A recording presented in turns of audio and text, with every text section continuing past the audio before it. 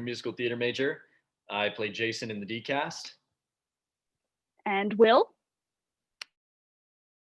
Hi, I'm Will. I play Drew in the D-cast, and I'm a sophomore musical theater major. And Gabe and Jana? Hi, I'm Jana. I am Claire in Cast D, and I'm a junior musical theater major. Hi, I'm Gabe, and I am Warren in the O cast, and I'm a senior musical theater major. And Buzz? I'm Buzz, and I played the director of photography for both the A and the D cast, the O and the D cast. And Dave? I'm Dave Solomon, the director. Zoe? Hi, I'm Zoe Myers. I played Lauren in the D cast, and I'm a junior musical theater major. Adam? Hello, I'm Adam Gwon. I wrote the show, and it's been a while since I was a musical theater major, but back in the day I was. And Jason? I'm Jason Ardizzone West. I'm the production designer. Kat? Hi, I'm Kat Wilson. I'm the lighting designer, and I teach lighting design at Point Park. Jaquel? Hey y'all, I'm Jaquel. I play Jason in the O cast, and I'm a senior musical theater major. And Camille? Hi, I'm Camille Rolla. I'm the music director. And I believe that is everyone. So for folks back at home, feel free to ask any questions you like. And I'll start off with a few questions that I'm just gonna spit out to the group. So first and foremost, for Dave and Jason, if you guys could just briefly talk about the process of how we got from day one to today. Go ahead, Jason. Okay, well, it's easy because in a way, day one was a Zoom meeting, much like this. A bit of a, Dave and I think we're both back in the early summer feeling a bit adrift as theater makers and trying to figure out how to make some sort of connected theater event experience that wasn't a Zoom reading. But in a Zoom meeting, I sort of had this inspiration of seeing all these boxes of people and all of their spaces and imagining what it would be like if you zoomed out and saw a bigger picture. And at the same time, Dave said, you know, I have this really beautiful musical that my friend Adam wrote that I think you should listen to, which is sort of about zooming out and seeing a bigger picture. And here we are. Yeah, so I mean, that pretty much sums it up. And Jason and I were looking to do, we've been talking about other projects actually, and then I've been directing a show, as some of you know, at Pittsburgh Playhouse at Point Park when COVID hit. So I was lucky enough to be in connection and contact with all the great people here. And they were looking for projects, and it literally was the first show that popped into my head. I think it just I love this show. I've always loved the show. I never thought I'd direct the show. Adam is a friend of mine, and I've seen so many beautiful productions of it, but it just popped into my head. One, because it's also a song cycle. So I thought, oh, at least there's a lot of solos. There are things you could do. But just the themes of what Jason said about, taking a breath, what we're being kind of forced to do right now, and the connections and we're trying so hard to accomplish things in life. You just have to take a breath and take things in and take people in. And so it just seemed right. And then in Jason and I speaking, it was like, well, I don't want to just do a Zoom musical. What would this be? And then of course his brilliant concept and idea, it kind of all just merged. And then I just have to, while we're here, it's so weird thinking people are watching us right now. I just have to say that because it feels like we're all just on Zoom together. We've spent a lot of time on Zoom together, rehearsing a musical, but this cast and this production team and this design team, it's just, I'm still in shock we pulled it off. And there were a lot of days when we thought we couldn't. And there were so many obstacles just with the world we're living in right now. And trying to do a musical, and literally this cast is acting to a wall. And, we rehearsed over Zoom with all of them, watching each other to see what each other were doing, so then we could connect performances. And then, and the production team, helping us bring this whole vision to life through cubes and pixels. And it was quite a challenge. So, but here we are, and we all. Thank you. Yes, so we actually have a few questions rolling in. So we're going to start off with a question from Open Jar Studios. How did you coordinate the music? Was it pre-recorded or live with each scene? So anyone can answer that. Just raise your hand if you want to. Should I answer that again? Well, I can start. Let's have Zoe do it. Zoe raised her hand. Please. Well, with the help of our brilliant music director, Camille, we actually lip sync to all of them. We had this app called Soundtrap that we would use where we could film ourselves or record ourselves for rehearsal purposes and then mute our scene partner. So it's kind of like we were having a scene with them, but not really. But yeah, all the stuff that you saw was lip syncing. So, Jana? Yeah, and it was funny for a lot of the rehearsals, we did it a cappella for all of the group scenes. So it was kind of nice once we finally got the accompaniment tracks and was able to use the Soundtrap, thanks to Camille, to like put everything together. Nice. So the next question is from Troy. Was there a dramaturgical purpose to the gender swapping of the characters? So maybe that's for Adam or Dave. That's an excellent question. You know, when Dave and Jason and the people at Pittsburgh Playhouse approached me about doing this production, they asked if I wanted to be involved as part of the creative team in putting this new incarnation of the show together. For those of you who haven't seen the show before, it actually premiered about 10 years ago, so it's something that I've lived with for a long time. And when I got invited on board to this process, I was really itching to try something new with the show. And so we approached the casting process from a complete blank slate. When we were holding auditions, I had no preconceived notion of what gender swapping might occur. I just knew that it was a possibility that I wanted to entertain. So we saw all of the people who auditioned and really based our casting decisions on the people we saw and formed these combinations of actors and characters with these specific actors. So it really was truly inspired by the people that you saw tonight, and hopefully that you will tune in and see tomorrow. All right, the next question is from Adam in Illinois. Will had something to say. I totally lied. Will, go for it. Oh, I just wanted to say I was so grateful for Dave. In the rehearsal process, there was never mentioned like, what do you think the male version of this character would be like or anything. It was always just talking about the character from who they are and not like trying to do like a gender swap version of the original, which I'm very appreciative of. All right, back to Adam from Illinois. First off, Adam said amazing work. And the question is, what was the inspiration for I'll Be Here? You know, it's funny, the very there was a technical and a creative inspiration. I remember that I really wanted to write a song with a good chorus. That was sort of like the task that I set myself when I started writing that song. I was like, I want to write a song that has a really strong chorus that does a lot of work. And I paired that with this experience I had. I'd written another song that was more of a theatrical art song. It wasn't from a musical or really in the theater world at all, but it was inspired by 9/11. And I got invited to perform that song at a memorial event that was happening. This was several years after 9/11 happened. And at that event, I heard a woman who had lost her husband at the World Trade Center speak about how she had found a way to move on after this sort of incredible, profound loss. And I remember leaving that event and I couldn't stop thinking about that woman, and that's sort of where the story in I'll Be Here is fictional, but it was very much inspired by hearing that woman speak that day. All right, so we have a question from Kat. When picking a show to put on, did you factor in the remote friendliness to put on the show in question, or did you just choose the show because it was a great show? What was the remote part? I missed that. What did you? Can you say it again, Anna?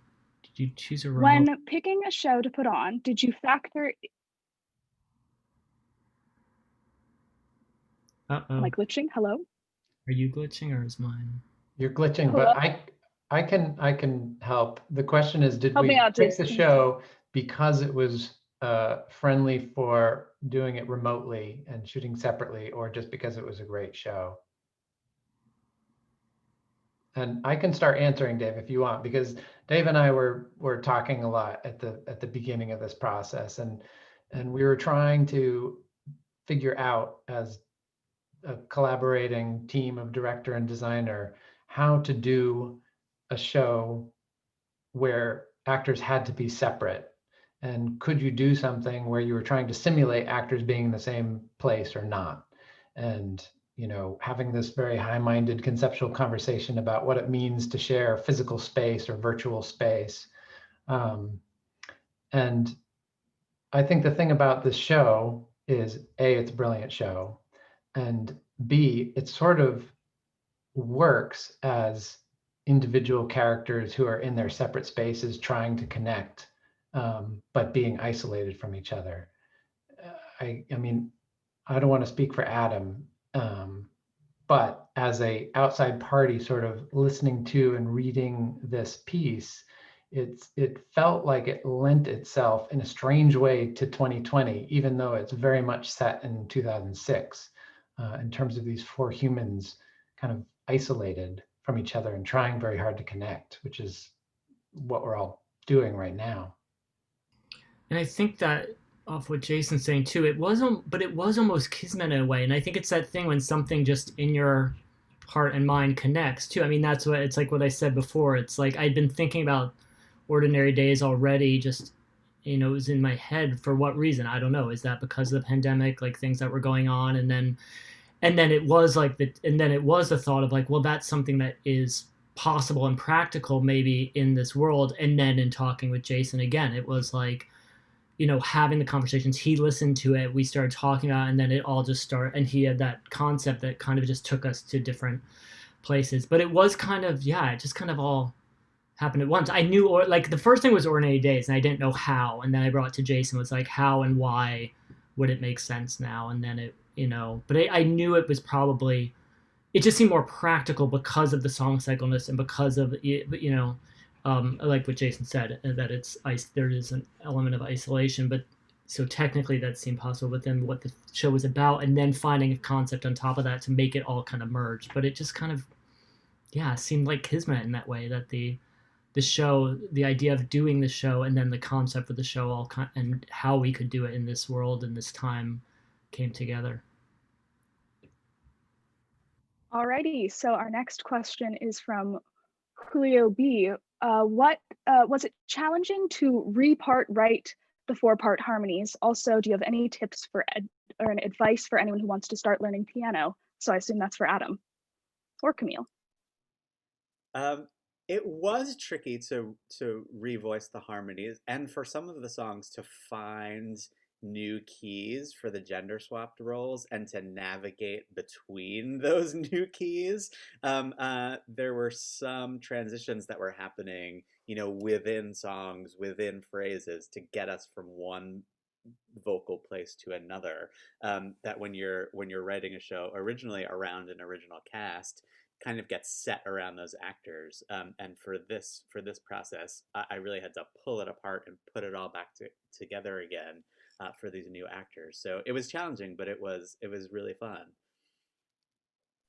All right, so we're getting a lot of. Oh, sorry, Adam, keep going. Oh no, I was the piano question. Practice. I always loved practicing, which I think is what made it all work. So keep practicing. And find music you love, even with the stuff that you have to learn for your technique. If you find the stuff you love, you'll play it more and it'll encourage you and be more meaningful to you.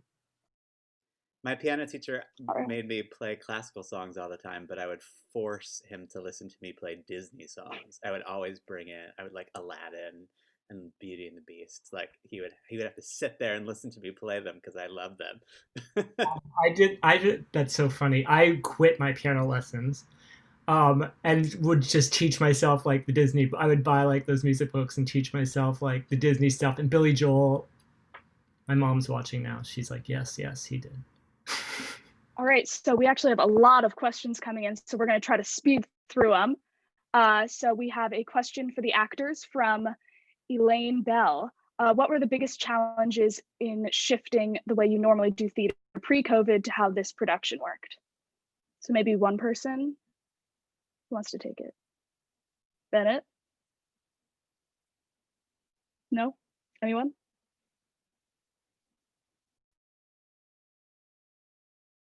Hear me? Can you hear me? Can you hear me? Okay. All right. So being in school, learning to perform for a live audience, you know, in a large theater or a small theater, we were taught a certain way, and it seemed at first impossible to bring that to a new medium, especially to where we were acting to walls. But I think it was, for me personally, a perception shift of making it normal, making it real, because we're taught for monologues to perform to walls anyway. So it was just a different way of doing what we already know. And our curriculum, of course, now is being shifted to this new dynamic as well. Like most of my classes are done just how we're speaking now. So yeah, the rehearsals felt familiar because it was class. It was like class. And the performances actually felt pretty familiar as well because of the way our classes were teaching us.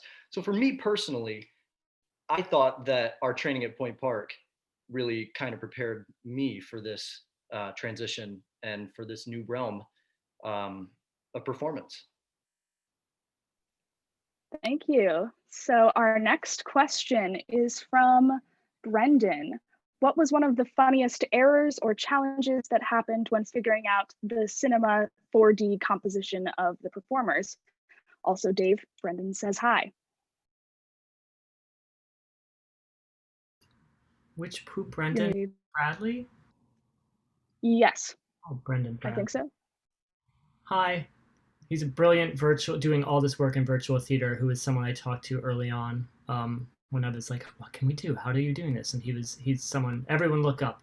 He's doing all this great work. So thank you, Brendan, for all your, conversations and thoughts. What was the question? So I don't know if I can answer, but I think I should leave the cast to what was one of the funniest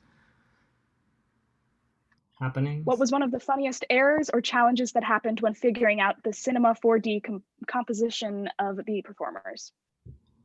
Well, I have some perspective for this as the designer who tried to design this in Cinema 4D, which was a bit of a stretch for me to start with.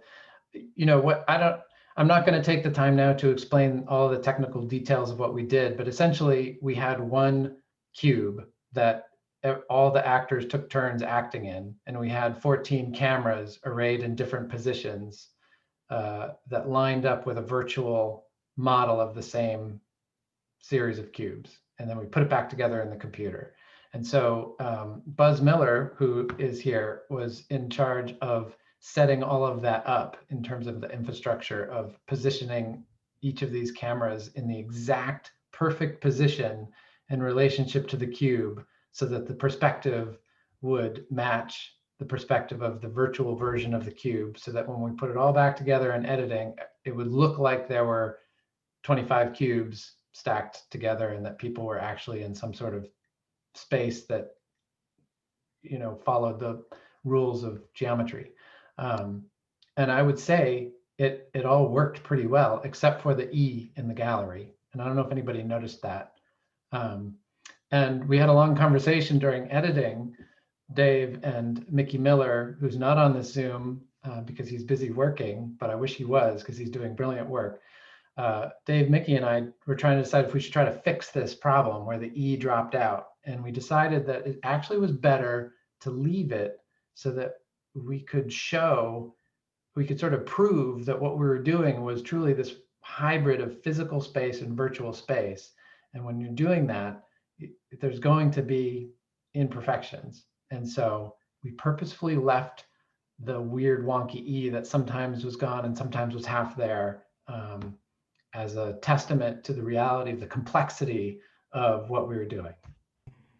And this wasn't necessarily one of the funniest things, but another one like that was the moment when, well, in this version, Lauren gives Drew his book back, and we were originally like in storyboard to like zoom in above them so we wouldn't do it. We would see it underneath, and we were trying these things, and I was like, you know what, just there's like a void there, and their hands kind of go for a second. I was like, if you're into the scene, you may or may not see it, but I see so many things where people are coming up with very clever ways. I see wonderful things on virtual theater, but I was like, you know what?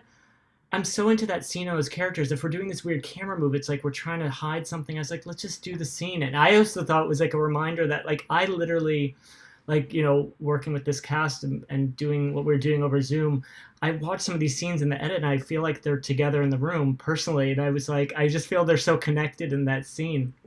And in the OCast too, when Gabe and Emily do it, and it was like, let's just leave it. And it also reminds you like, yeah, we're actually not together and we're doing this thing.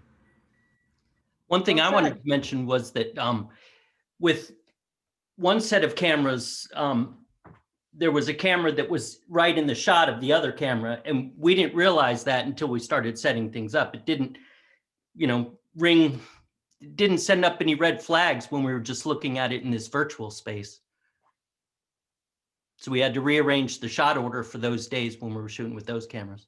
We rearranged our shot order a lot with new discoveries. It's like Gabby, our stage manager, and I'd be like, back to the schedule. But it was definitely a collaborative effort in figuring out this whole beast.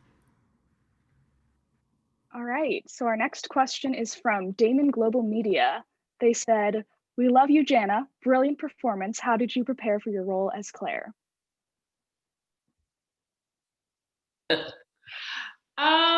How did I prepare? I think like for this role specifically, there wasn't a set in stone, like what the character should sound like, what the character should look like. So we kind of got a lot of freedom as far as what we could do. And Dave and I and Bennett, we all talked about like who this character was and what she was feeling and thinking at the time. And I think for something like this, you have to bring a lot of honesty to the role.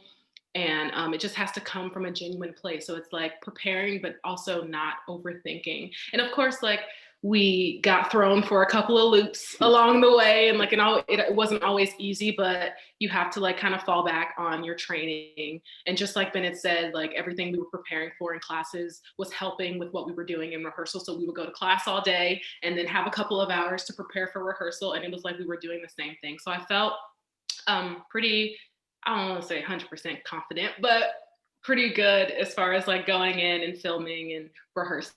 So how did I prepare? I just wanted to be honest. Lovely. So our next question is from Gabby's biggest fan. What were some of the challenges that came with designing a show in this non-traditional format? Also, very proud of Gabby. For those of you who don't know, Gabby is our fabulous stage manager. So designers, I guess that question's for you. Because she's unbelievable and took on a lot doing this new whatever you call it. I think I want to turn this over to Kat, but just real quick, because I think Kat had a challenging job trying to light this weird thing. But my biggest challenge as production designer, I think, was figuring out how to communicate the vision to everybody, because it didn't exist physically.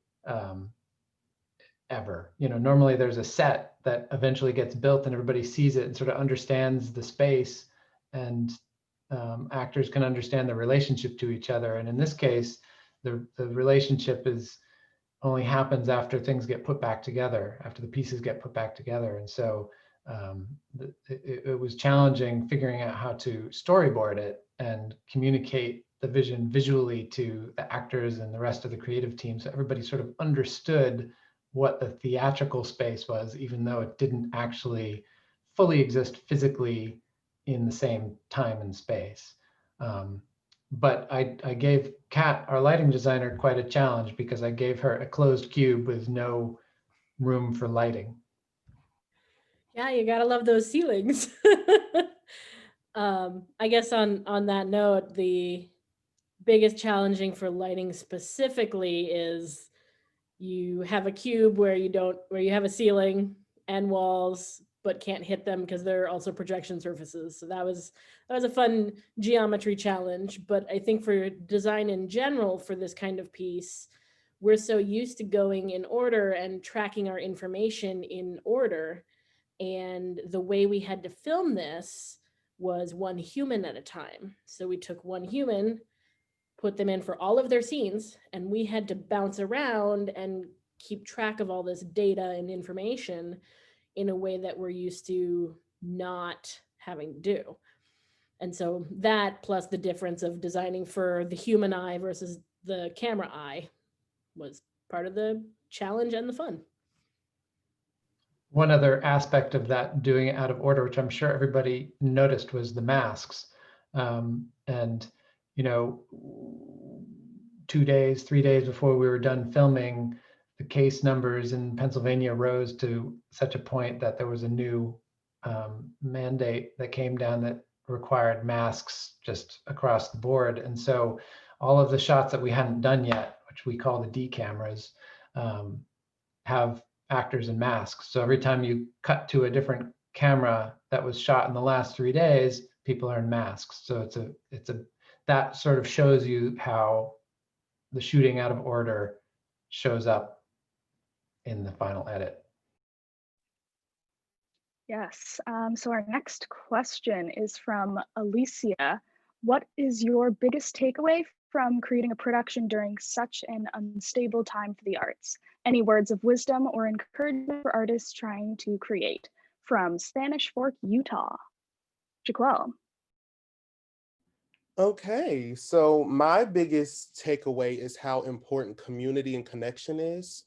Um, this show was a lot, especially with what's going on, you know, the election and a global pandemic. But all of these people and then some, there are students and faculty who aren't on this Zoom, and they were such a big help, and they were encouraging, and they pushed us when we did not want to continue.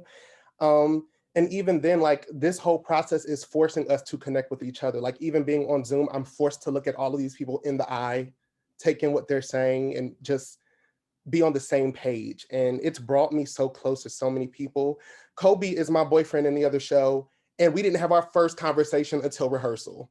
So that should tell you, we go to the same school, we're the same major, and our first conversation took place at rehearsal. That's a little sad, but it happened, and I'm thankful for it. And I'm just thankful for, like, the sense of community that we're getting back. So I don't know. That's my takeaway. Jana? Yeah, I was just gonna say, like, because we're not working in a physical space with each other, you really have to be self-motivated and push yourself to, like, work really hard to make sure that you can be in the environment of the scene or the song. And like, that was really hard at times to be connected to something when there's no one around you, or like when Dave is on Zoom trying to pull things out of you and you like can't feel it. So it was really hard. It was really, really hard. But I think it all came together beautifully, and I'm like really proud of all the cast.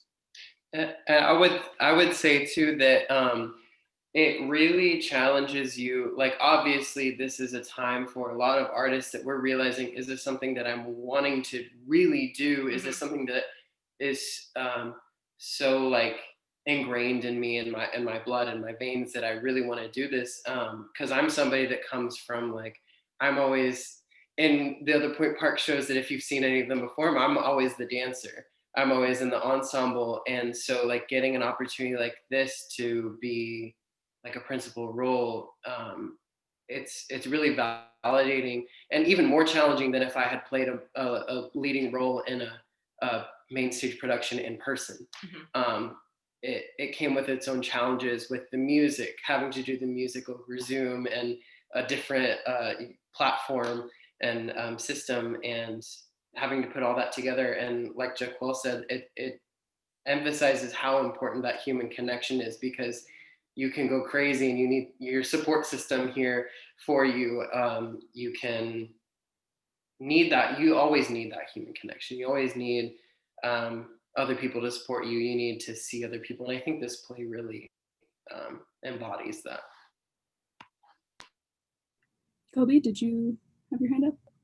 Yeah, I was just gonna say, like, as things kept changing and, we got new information about masks and about lip syncing and about all this stuff, we've kind of had this theme of, like, the show must go on, and every time something changed, I would call Dave and I would freak out for a second and I would be upset and I would be annoyed. But then I would think, like, what a special thing that we get to do during this, like, crazy time, and how lucky we are to be able to still do what we love. And yeah, like what everyone said, I think this story is so special and these people that I get to work with are so special. So I was like, whatever it takes, if I have to, bring a ton of equipment home and film some stuff, then that's exactly what I'm gonna do.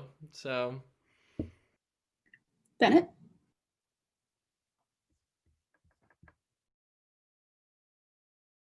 Bennett has an audio lag for all of you who are wondering.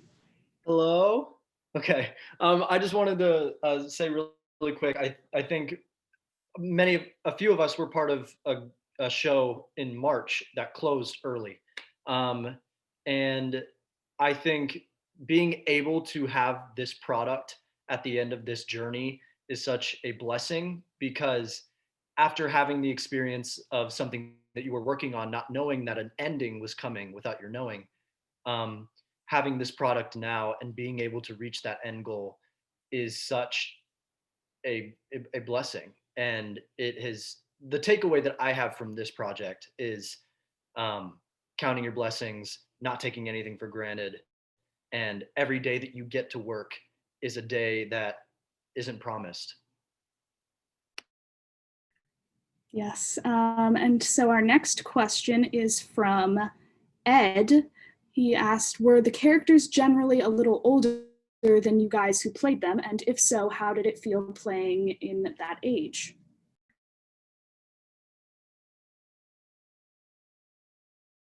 Kobe? yeah, Clay is the oldest character in the group. And in my cast, I'm the youngest. So, it was interesting trying to, like, work with that. And I think the big thing was, I had a husband who passed away at 9/11, and now I'm in a whole new relationship. So, like, that's a lot of life that I haven't lived yet personally. But I think that, in any character, there is, like, at the very core, there is these, like, traits, I guess, that are so universal and so something that I could really dig into and relate to. And that's kind of where it started. And I think a big part of my character was, the events of 9/11 and that whole thing. And so I did some research into that, and I wanted to honor that story that is so real for so many people.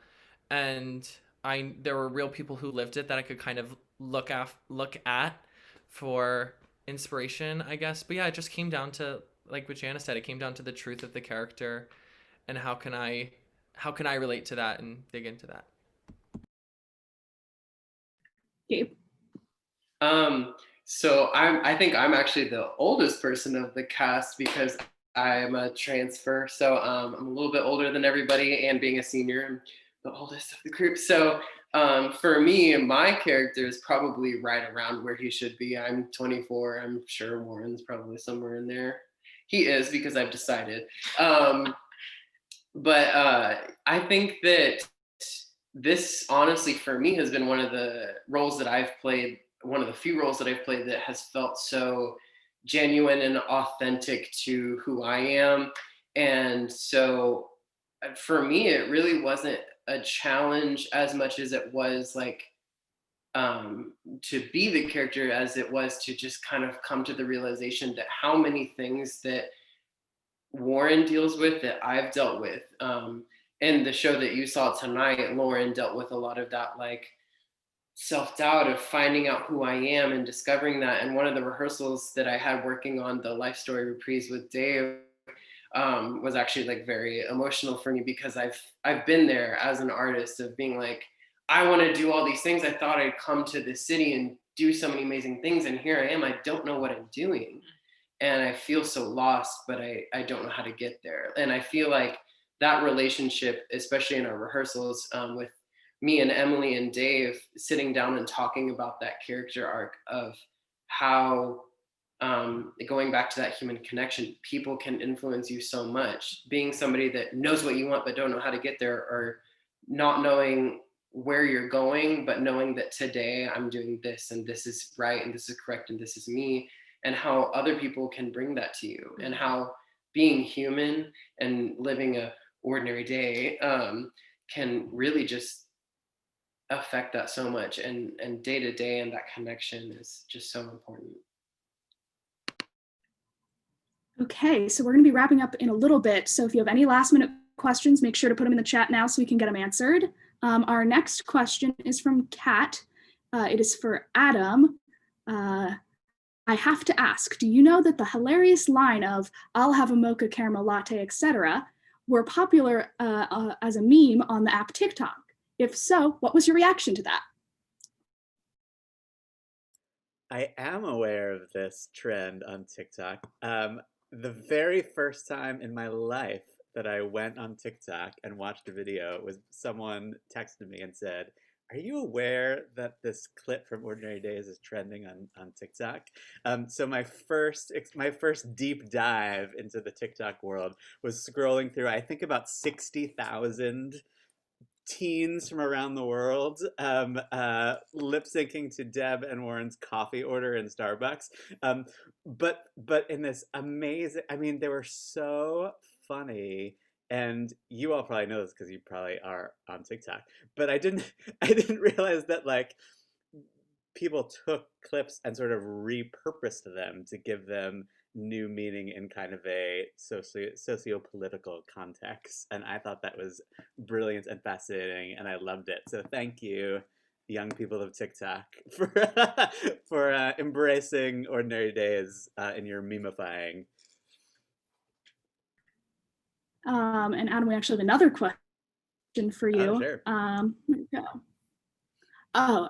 This is from Diana. From a creative standpoint, what was it like for you to revisit the world of Ordinary Days after so long and in a time so different from when you first wrote it? That is a great question. Well, I have to say, when we had the first meeting for this production at Point Park, and Jason gave his design presentation, it really, really moved me, the idea that he found in this show this way to capture the sense of isolation and the desire for connection in this moment, and in fact was pulling that thread out of the show that I had written, over 10 years ago, and implementing it in the way that this production happened. So I was really moved by that idea. And it feels very true to the original intention of the show, even though it certainly in no way could I have foreseen this particular context ever surrounding a production. So it was really fun. And in fact, I think about 2 years ago, there was a revival of the show off Broadway, which was sort of the first time since the original production that I had been involved in a production. And so some of there were, for those of you who know the cast down movie, you may have noticed some small lyric changes here and there, even beyond the gender swapped characters. And most of those came from this revival at the Keene Company a couple years ago. And that was really just looking back at these characters that I had created in my 20s, and now having a slightly more mature perspective on them, and trying to carve some of the character moments out a little more specifically. So it's been fun to look back on it. Okay, so the next question is actually just a question from me. But my question, so I know for myself, a lot of my memories in life, I kind of picture them as photographs. So my question to everyone is, if you had to pick one memory photograph from this entire experience as your favorite memory moment, what would it be and why? Jana? Mine would be of the picture of me that's looking like this with Bennett, because I think that I make that face a lot in life, and I think it is a direct reflection of who I am as a human being. So that would be mine. Kobe? One of the most like memorable images I have of this whole thing was during callbacks. Like, I wish you could have seen my apartment. It was just like torn apart. Like, I had lamps from every room. Like, I had a chair on top of my table. Like, I had books. Like, I wanted this shot to be absolutely perfect because I wanted this so bad. And I wish I would have taken a picture of it, but I don't think I'll ever forget that. And the amount of work my roommates put in to help me set that up and take that down, like, they're real ones for that.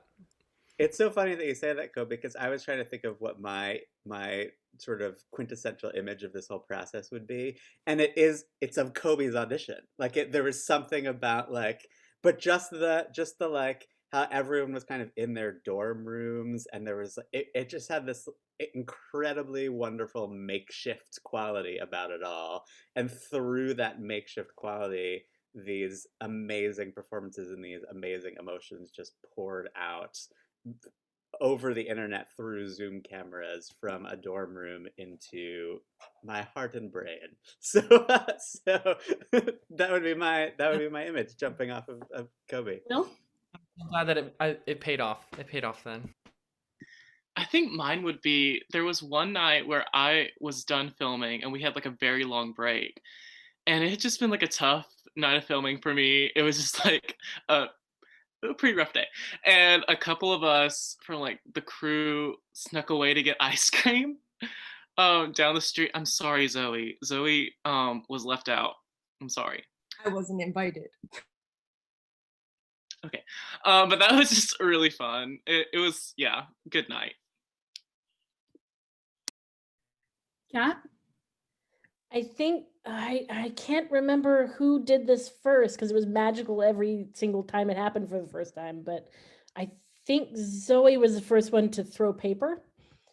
And the first time we had no idea how well it would work, and we assumed that, the giant stack of paper would just thunk out of the cube.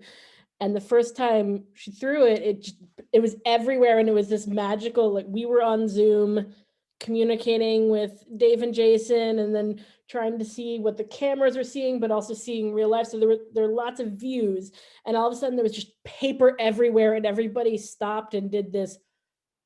And it was just this like magical raining of paper moment, and everybody just stayed silent for a moment. It was really exciting. Dave? I have two. One is that encapsulates it for me, and one is that I think it was clear, but I was doing this all from my apartment in Brooklyn, and Jason's in upstate New York, and we're like on this big monitor that Buzz set up. And I mean, I've been doing Zoom rehearsals, so I was like doing this all remotely, which I have to say was the one sad thing. It was like hard not being there with everyone. And in the room with everyone, but at the same time, the way everyone worked and the way you all put us in the room and Buzz set it up, it was like I felt like we were there. And actually, these two photographs go together. So one was that Jason actually said, he was like, "Can someone, like, we should ask one of the actors to take a photo of the theater, because we don't even know. We're just seeing everything through these cameras." And I knew you guys were seeing us in live, but we had literally never seen it. And we're like a week into shooting, and we had Kobe during a break, like, just take his camera and take a shot of the room. And I was like, oh, and it's just so weird to be directing a production when it's like you're in tech or you're doing a shoot, like, where everything is, everyone's stations are. And I'm like, there's us, and there's like Kat sitting right there. And I just had, like, I had it different in like my mind. And that's like, but then also seeing the rig of camera, it's like we just hadn't asked. And it was like this photo of like this world that was going on that we kind of like created. Like, you have this idea, and this whole thing about, theater and film and everything, you have one idea, and it's becoming this reality, and this team of people is like creating it. And you just to see that set up in that world that we were in, but weren't really in, was one of them. And the second one is I have to say, Anna, is Dave. Because this is Glove Dave, that Anna, who is a brilliant assistant director, had no free time on her hands, made this, because I wasn't there, made Glove Dave, to be on set, and then mailed it to me at the end of production. So Glove Dave showed up in Brooklyn. And that kind of those two things, I feel like, encapsulate this whole experience. Can I add one more? Just We to, can all just keep I just sharing. want to piggyback on Kobe's first thing about setting up his dorm room or his apartment with all this like equipment and lamps and stuff. And for me, the image that I have a lot of images in my head because I'm the designer, but the image that stuck with me was after going through everything that Dave just described of this incredible setup in the theater that everybody at Point Park put together, where we ended up was back in Kobe's room and Jaquel's room with a little piece of green screen and an iPhone and an iPad on a little wobbly tripod and some lamps because of where we ended up with the COVID thing. And it was this whole full circle thing where we were back on Zoom looking at an image of a phone, of an image of a computer, taking an image of an actor against a green screen. It was wild. It was wild. So I hope everybody who watched tonight watches Cast O and sees this other performance because it's really beautiful and different and just amazing. I know Gabe, and then we'll go to Jaquel. So maybe like a memory we haven't really touched on yet is when all the vocals that you heard were lip sync, or we lip synced those. So we laid down like all of our tracks and stuff before we even filmed.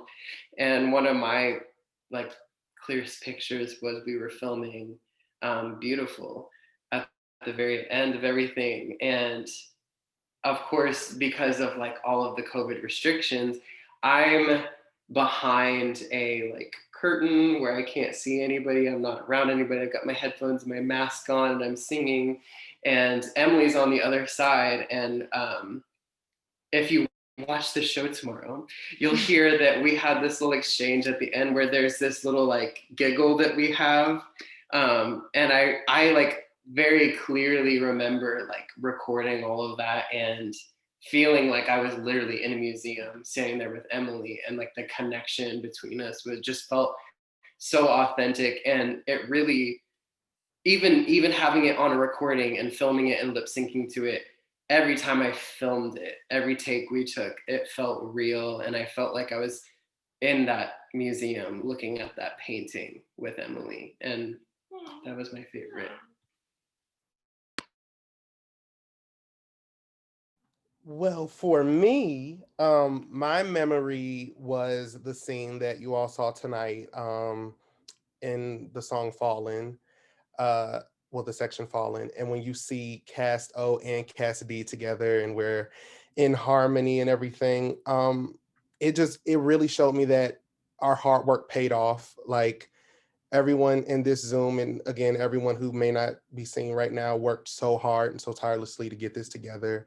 And that to me was like our trophy, like at the end of every sports movie when they're like, at the end, that was our moment. Like we did it, we survived, and everybody made this such an enjoyable experience. So shout out to y'all. Anybody else have a little Zoe? I'll share two real quick. One was when we took our cast photos over Zoom. That was a pretty special moment that we all shared together. And my second one is just getting to record with Will for the first time in person was just such a magical experience, because like we said before, on Zoom we were either singing a cappella and there would be a slight delay, or I would be listening to him sing over Soundtrap on my phone. So getting to actually like do it in person together for the first time was magical and beautiful. I'm gonna share mine just because I feel like it's a fun one. So for those of you at home, I am a little bit chaotic, and so I secretly brought my pet hermit crab to rehearsal most days. And so my favorite memory was everyone seeing him and realizing that he was alive during our breaks. Bennett, and then I think we're gonna wrap up after Bennett. Hello? Okay. whenever we got the news about the mask, or no, about we didn't know that we were going to lip sync yet. We were planning on doing these like clear masks, which ended up not working, and we decided to lip sync later. But before we got that news about lip syncing, I just had this overwhelming feeling of dread from the previous show. You know, like it gave me reminders that this might not work too, and this might be a second one in a row of a canceled show. And it was all just kind of like tumbling down on me. And then I just decided to practice the show. And when I got to Beautiful, I said the line, "Everything will be okay." And that just kind of sank in, and it meant something to me, the actor. And that just brought a whole lot more weight to that line in filming. Thank you. All right, so that is the end of our talk back. Thank you so much for everyone who tuned in. We appreciate it so much. Thank you for seeing our show, and please tune in to our other cast. They are just as fabulous. Have a lovely evening, everyone. Thank you, Anna.